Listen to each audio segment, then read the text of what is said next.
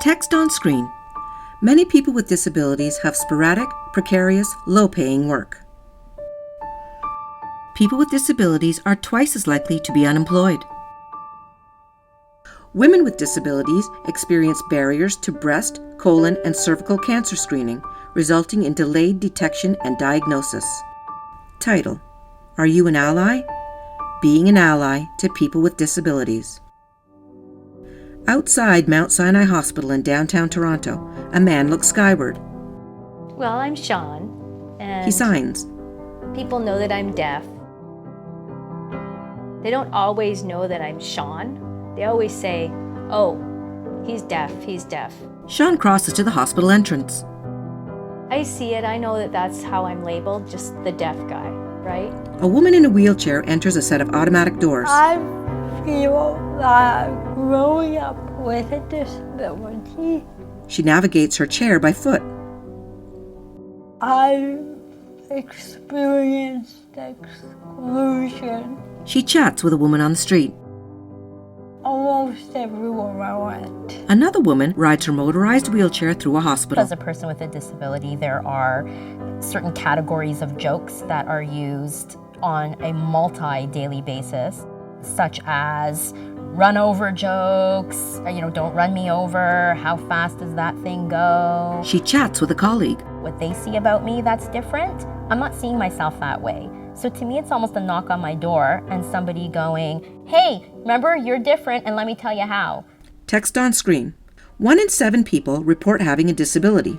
David Lepofsky, Chair of Access for Ontarians with Disabilities Act Alliance. We ask people not to use pejorative language about our disability. People who use wheelchairs don't like being discussed as someone who's confined to a wheelchair. They actually aren't confined to it. It actually liberates them. A woman travels by motorized chair. People don't suffer from cerebral palsy or aren't afflicted with blindness. People have cerebral palsy or are blind. Sean Bartley, housekeeping, Mount Sinai Hospital. I'm not what you would call handicapped or in that negative way a disabled person. I've been here for many, many years. I'm quite capable. There's nothing wrong with being deaf. Sean socializes with colleagues in the parking lot. Text on screen. Ableism is a belief system that sees people with disabilities as being less worthy of respect and consideration, less able to contribute and participate. Ableism may be conscious or unconscious, and may be embedded in institutions or the broader culture of a society. Amal Haddad, member of Alliance for Equality of Blind Canadians. I was attending a clinic with a family member when I was the patient myself, and all the time the doctor was addressing the person who was sitting next to me, not myself, as if being blind I cannot understand or reason or comprehend what he's talking about, or make decisions concerning my own health. Joanne Fine-Schwiebel, Mount Sinai Hospital. Based on their disability, it might be people's discomfort with speaking with them. A clinician's feeling that the appointment might be doubly long or be more complicated. We're used to the fact that most folks don't know much about our disability.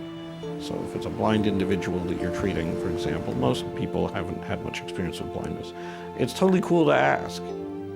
If you want to explain something or something's on a graph and you're not sure if the patient can see it or if you've got low vision that's too low, just ask and or say, is there a way I can describe this to you or provide it to you in a way that would assist you. Lilas Hudson, Manager of Medical Imaging.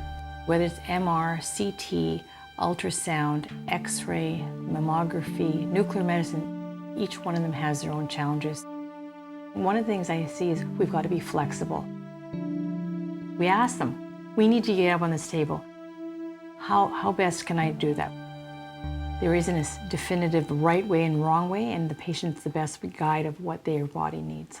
And we have to listen. In reverse, Lucy Costa-Nyman navigates her wheelchair up a ramp and opens the accessible door to the Ann Johnston Health Station. A huge barrier to has been transportation. A Wheel-Trans vehicle descends a busy city street. So getting from A to B, there's a lot of planning for people that have to go into that. As a peer support coordinator, she consults with other disabled women. It's tricky because you gotta plan your life in ways that people without disabilities wouldn't even think twice. Lucy waits on a Okay. sidewalk for Wheel-Trans to arrive. Lillis Hudson. I've actually had people decline having a test because Wheel-Trans is coming. They shouldn't have to decide between getting home and having a physical test. I've tried to coordinate so that their appointments are back to back so that they're able to go home by Wheel-Trans versus, yes, you may come in queue, but someone in the parking lot can wait a few minutes versus someone who's waiting for Wheel-Trans. Joanne Fine-Schwebel.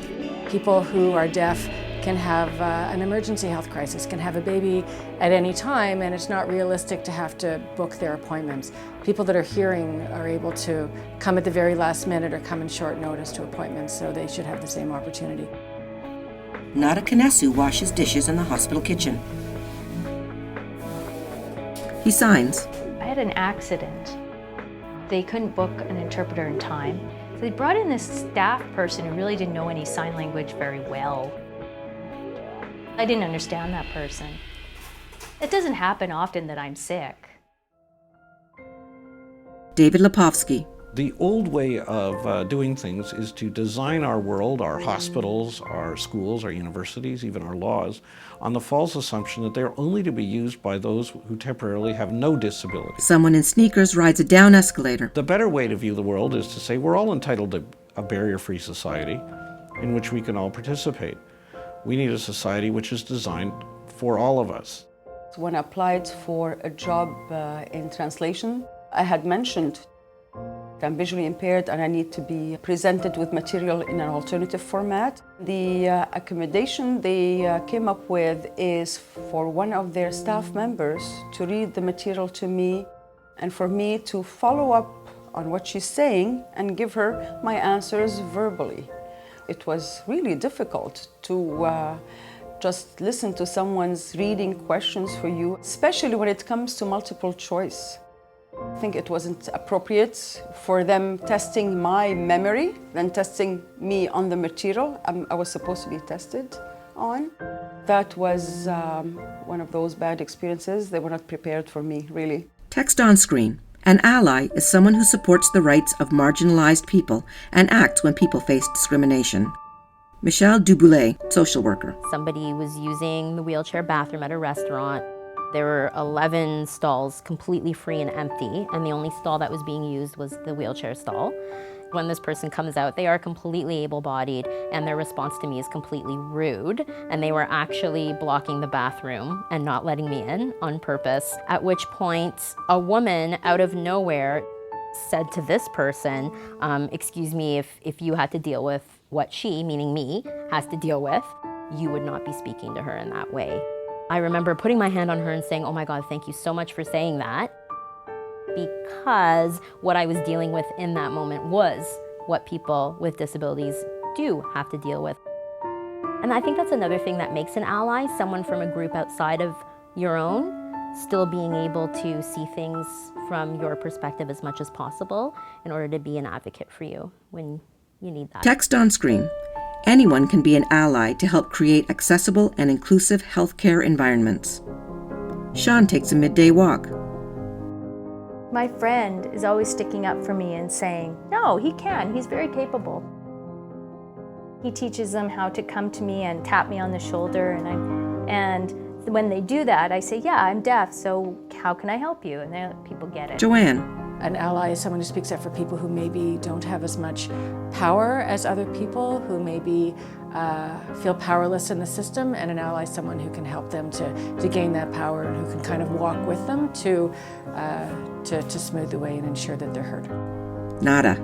Some of my coworkers, they sign because I've taught them, and they've picked things up over the years.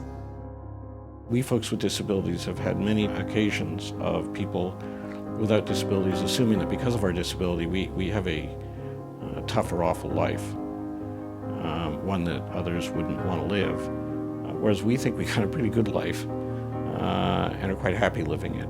It's important not to draw assumptions about a patient with a disability and the quality of their life, and draw any connections to that about what ought to be, whether healthcare resources should be allocated to them or how much. We all eat and sleep and work and laugh and cry, and we're all human beings. Text on screen. 3 steps of being an ally are: be self-aware. Identify the privilege you have and use it to create change. Speak up and take action. Being an ally will result in better health outcomes, a healthy working environment, and a better society for us all. Produced by the Human Rights and Health Equity Office, Mount Sinai Hospital. Produced by Chalkboard Media. Funding provided by the Government of Ontario and Mount Sinai Hospital.